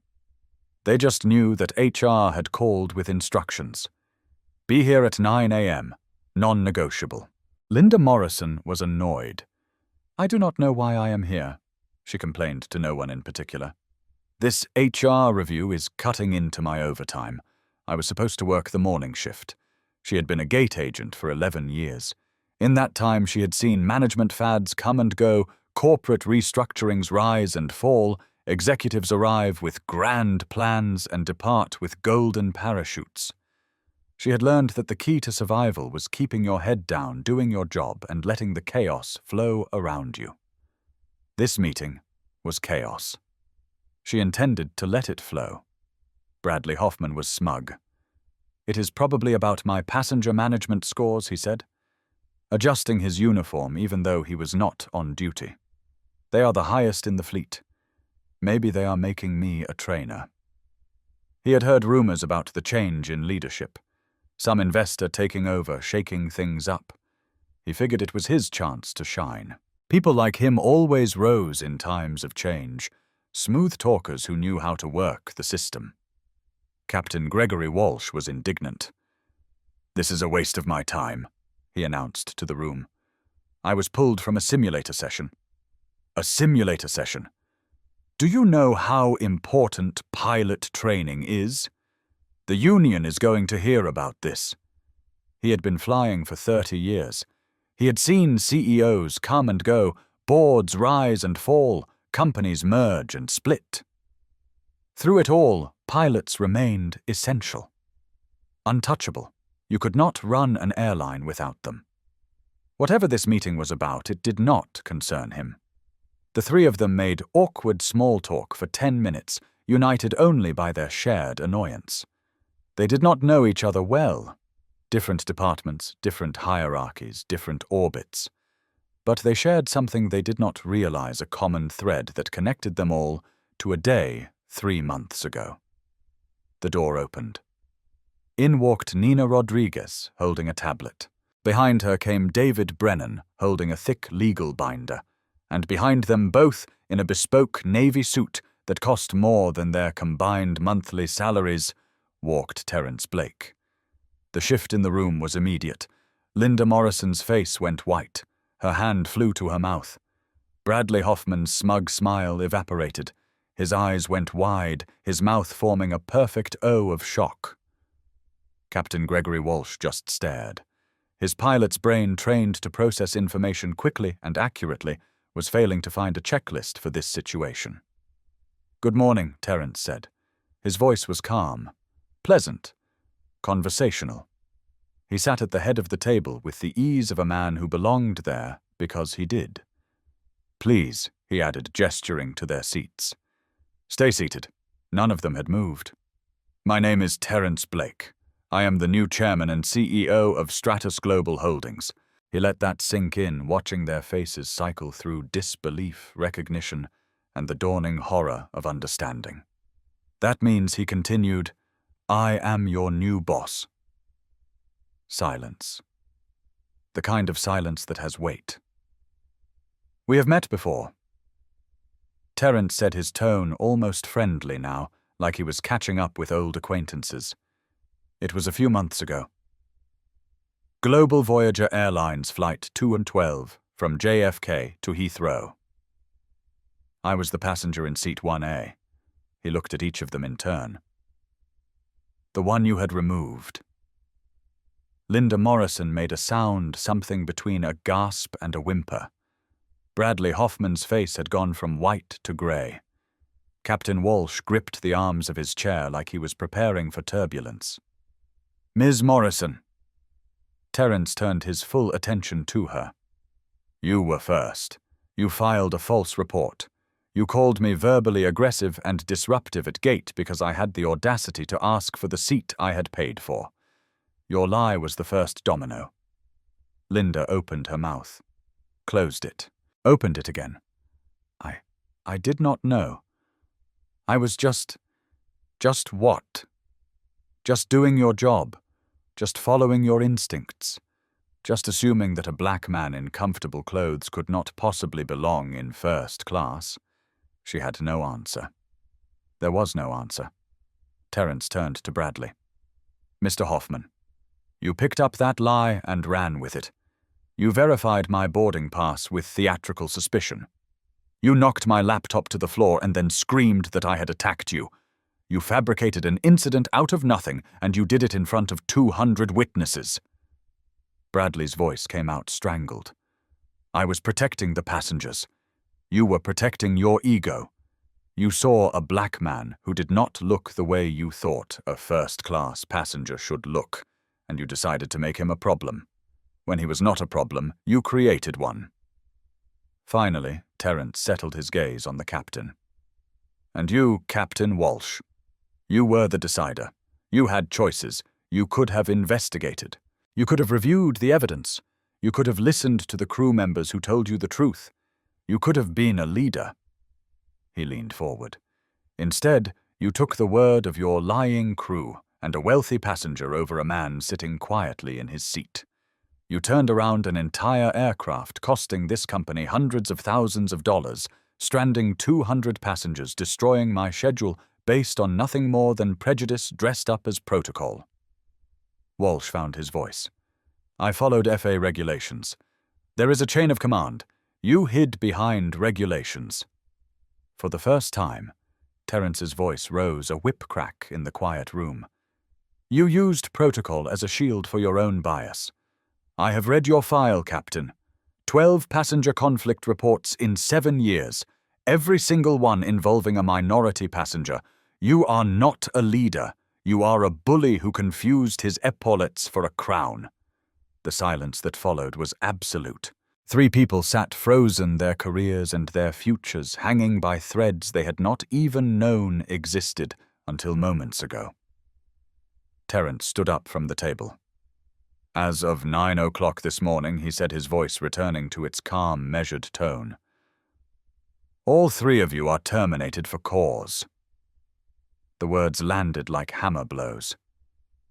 Gross negligence, falsification of company reports, willful endangerment of a passenger. He ticked off each charge. That is me, by the way. The passenger you endangered? Linda Morrison found her voice first, or what was left of it. You cannot do that, she shrieked. I am in the union. We have protections. David Brennan stepped forward, opening his legal binder. Your collective bargaining agreements contain a for cause termination clause. He said, his voice the practiced calm of a lawyer delivering bad news. Falsification of company records triggers that clause. We have video evidence.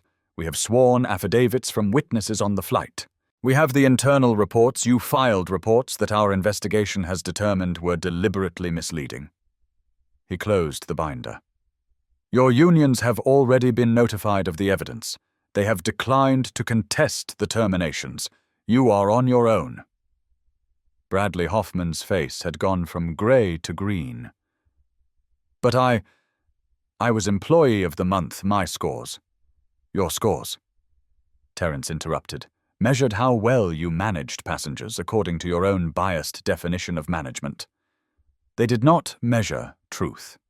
They did not measure fairness. They did not measure basic human decency.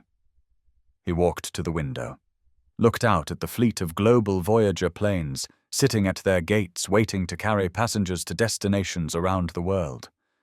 Firing you is not karma, he said, his back to them. Firing you is just business. It is the minimum response to the maximum failure. Any competent CEO would do the same. He turned around. But I am not just any CEO, and I am not satisfied with minimum responses. He nodded to Nina, who pulled up a presentation on the room's display screen. As of today, I am launching a new initiative. $100 million funded personally and through corporate matching programs. A scholarship and pipeline program in partnership with historically black colleges and universities to actively recruit, train, and place black pilots, black flight attendants, and black executives throughout Stratos Global. The three terminated employees stared at the screen, uncomprehending. We are going to change the face of this company, Terence continued. We are going to build a culture where what happened to me can never happen again. Where passengers are judged by their tickets, not their skin. Where crew members who lie face consequences, and crew members who tell the truth are protected. He smiled. A genuine smile. Perhaps the first one since this nightmare began. And I am naming the initiative after you three. Linda's mouth fell open. Bradley made a choking sound. Walsh just stared. The Morrison-Hoffman-Walsh Initiative for Corporate Integrity. Terence let the words hang in the air. That is right. Your names. Your legacy. You cannot. Linda started. I can. And I am. Your names will not be remembered as good employees. They will be remembered as the reason this program exists.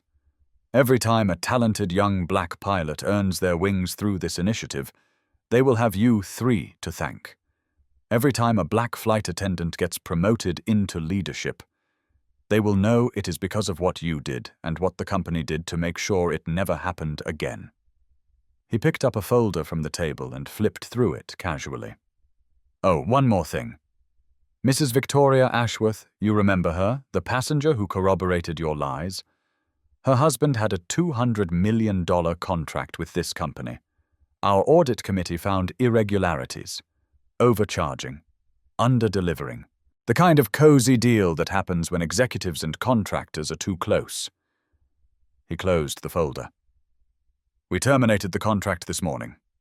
Davenport Industries stock is down 32% as of an hour ago. I believe Mr. Ashworth is currently explaining to his board how he lost their biggest client.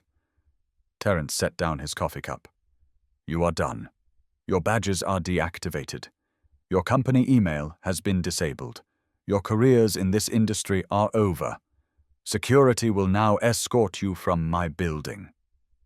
The door opened. 2 security guards stepped in.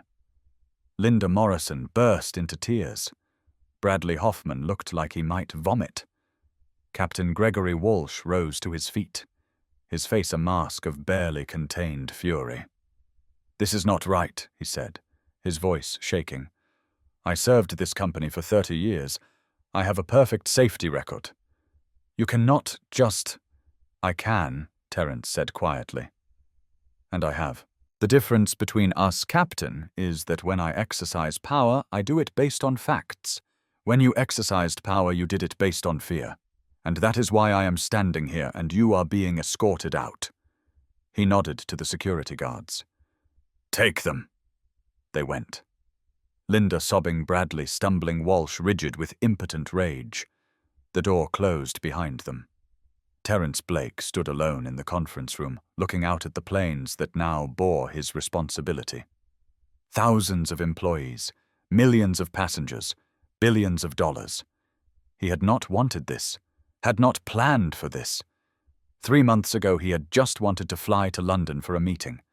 But sometimes the universe puts you in positions you did not choose, facing battles you did not start, with responsibilities you did not ask for. The question was not whether you wanted to be there. The question was what you did once you arrived. Terence knew exactly what he was going to do. He was going to build something better. Terence had one more meeting that day. Elena Vasquez sat nervously in his office, her hands clasped tightly in her lap. She had been summoned without explanation, and after witnessing what happened to her colleagues, she was not sure what to expect. Ms. Vasquez, Terence said, settling into the chair across from her, not behind his desk, but beside her as equals. "Do you know why you are here?" She shook her head. "No, sir. I mean Mr. Blake. I mean, Terence is fine. I do not know why I am here," she admitted. "But if it is about what happened on the flight, I want you to know that I tried. I tried to speak up. Bradley threatened to write me up, and the captain relieved me, but I tried. I know you tried." She stopped, looked at him with something like hope. "You spoke up when everyone else stayed silent." Terence continued. "You risked your job to tell the truth, in a cabin full of people who saw what was happening and said nothing. You were the one who stood in front of the captain and said, 'This is wrong.'" Elena's eyes filled with tears. "I should have done more. I should have. You did what you could. That matters. That is all any of us can do." He leaned forward. "Elena, why did you speak up? It would have been easier to stay quiet. Safer. Nobody would have blamed you." She was silent for a long moment. When she spoke, her voice was barely a whisper. "My father. Your father. He was a passenger once. 15 years ago. Different airline, but the same treatment.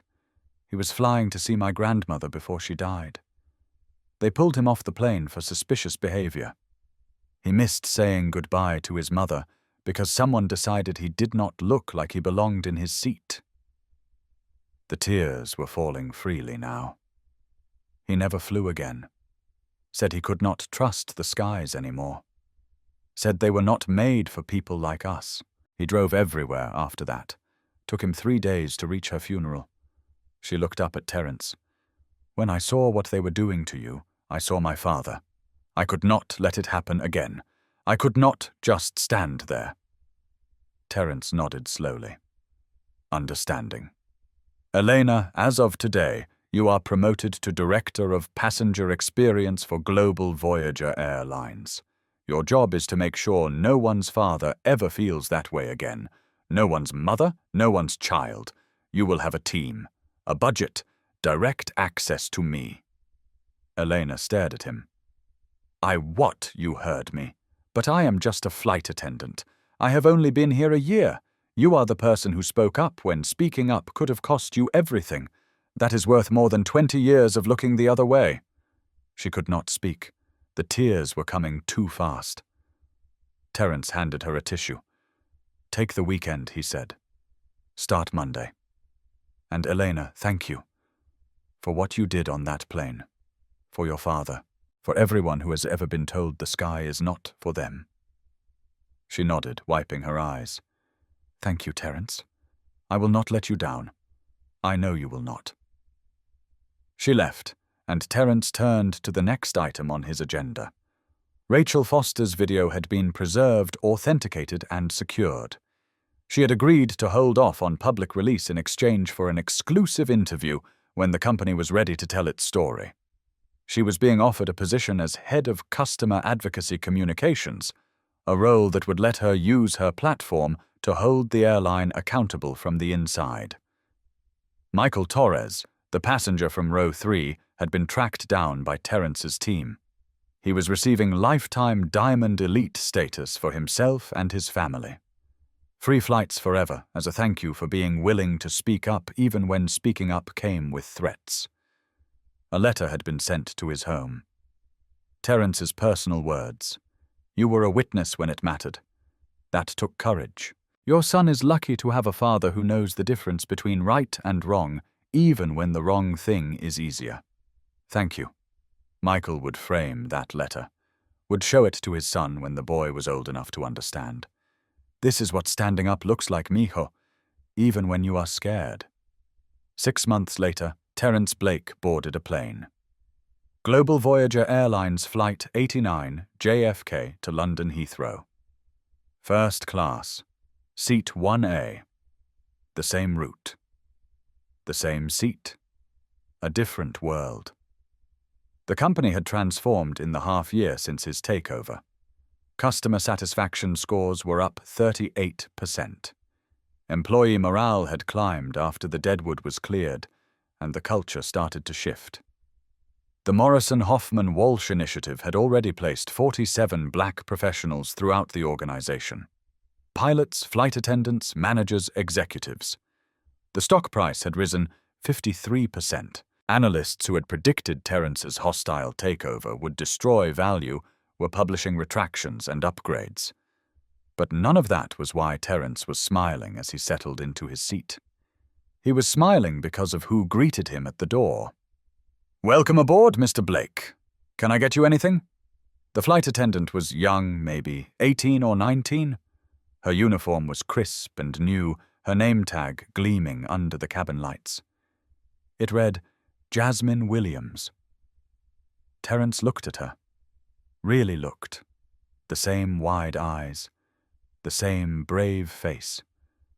10 years older, but unmistakably the same girl who had sat in row 5 on the worst flight of his life. The girl who had asked her mother, "Why are they taking that man away?" She did not recognize him at first. Passengers blurred together when you were new to the job, still learning the rhythms and routines. "Just water," Terence said. "No ice." "Right away, sir." She turned to go, then stopped. Turned back. Something flickered in her eyes. Recognition, maybe, or just the strange feeling that she had seen this face before. "I am sorry," she said. "Have we met before?" Terence smiled. "Once? A long time ago. You asked me a question."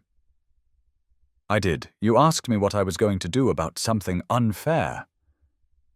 The recognition hit her then, full force. Her hand flew to her mouth. "Oh my God, you are him." "The man from the plane." "The man from the plane," Terence confirmed. "The one they took away." Jasmine Williams, no longer a little girl, now a young woman in uniform, stood frozen in the first-class galley, her eyes filling with tears. "I remember," she whispered. "I remember everything. I told my mama about it for years. She said you were the bravest man she had ever seen, how you did not yell, did not fight, just walked off with your head high." "I was not brave," Terence said. "I was patient. There is a difference. You kept your promise." "What promise?" "You said you were going to do something." "And you did. You bought the whole airline." She laughed, a sound caught between amazement and joy. "You actually bought the whole airline." "I did. And now I work for you. I got the scholarship, the one you started. I never thought I could be a flight attendant. My mama said we were not made for the skies. But then I saw the program, and I thought maybe things have changed. Maybe they really have changed." Terence looked at her.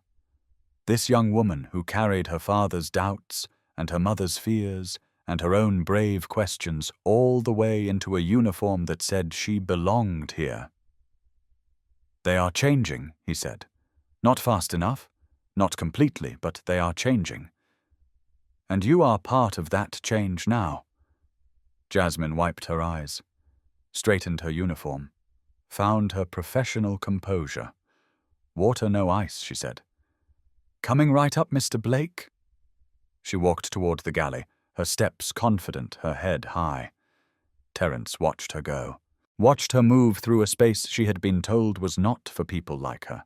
Watched her prove simply by existing that the old rules were dying. He settled back into his seat, the same seat he had been pulled from 6 months ago, the same view, the same hum of engines preparing for flight. But everything had changed. He pulled out his laptop, opened a new document, started typing notes for his next project, another company to fix another industry, to reform another door to open for people who had been told they could not walk through. But first he added 3 lines at the top of the page. The best revenge is not getting even, it is making sure no one else has to fight the same battle. Build doors. Leave them open. The plane lifted off. Through the window, New York receded, the city where he had built his empire, where he had been humiliated and then vindicated, where he had learned that power means nothing if you do not use it for something beyond yourself. Ahead lay London. Ahead lay work. Ahead lay the endless, exhausting, exhilarating process of trying to make things better than he had found them. But for now, in this moment, at 35,000 feet, Terence Blake allowed himself something rare. He allowed himself to hope. The little girl who had asked why they took him away was now serving passengers on a flight she had been told was not for people like her. That was not irony. That was not coincidence. That was legacy. And it was just the beginning. Terence Blake did not buy an airline for revenge. He bought it for Jasmine, the little girl in row 5 who grew up to wear the uniform. He bought it for Elena's father, who never flew again after the skies told him he did not belong. He bought it for every passenger who has ever been pulled aside, questioned, doubted, and dismissed because someone in authority decided they did not look the part. The 3 employees who thought they held all the power, they lost everything, not just their jobs. Their names became the title of the very program designed to ensure their kind of bias could never take root again. Every time a young black pilot earns their wings through the Morrison-Hoffman-Walsh initiative, those 3 people are reminded that their cruelty became the foundation of someone else's opportunity. Victoria Ashworth, the passenger who performed outrage while a man's dignity was destroyed, her husband's company collapsed. She does not fly first class anymore. And Terence. He still wears hoodies on planes sometimes, still gets looks, still sees the calculations happening behind certain eyes. But now, when someone questions whether he belongs in first class, he just smiles. Because he does not just belong there, he owns it. Here is what I want you to remember from this story. You do not have to be a billionaire to stand up for yourself. You do not need to buy a company to prove your worth. You do not need wealth or power or connections to know who you are. All you need is the courage to hold your head high when the world tries to push you down. The patience to wait for justice when the easy path is anger. The wisdom to know that the loudest response is rarely the most effective. The person who underestimated you today might be asking for your help tomorrow. The door someone closed in your face might be the door you build for someone else. That is not just karma. That is legacy. If this story moved you, I need you to do 3 things right now. First, hit that like button. It takes 1 second, but it tells the algorithm that this story matters. That stories about justice and dignity and quiet strength deserve to be heard. Second, subscribe to this channel if you have not already. We tell stories like this every week. Stories about people who were underestimated and became undeniable. Stories about karma that takes its time but always arrives. Stories that remind you that no matter what anyone says, you belong wherever you choose to be. Third, share this video with someone who needs to hear it. Someone who has been doubted. Someone who has been dismissed. Someone who is sitting in their own version of Seat 1A right now, wondering if they have the strength to keep going. They do. And this story might be the reminder they need. Drop a comment below and tell me. Has something like this ever happened to you? What did you do? What would you do differently now? I read every single comment, and your stories matter just as much as Terence's. Someone out there is doubting you right now, underestimating you, deciding who you are before you ever open your mouth. Let them, and then show them exactly who they are dealing with. Until next time, stay patient, stay powerful, and never forget. The best revenge is becoming undeniable.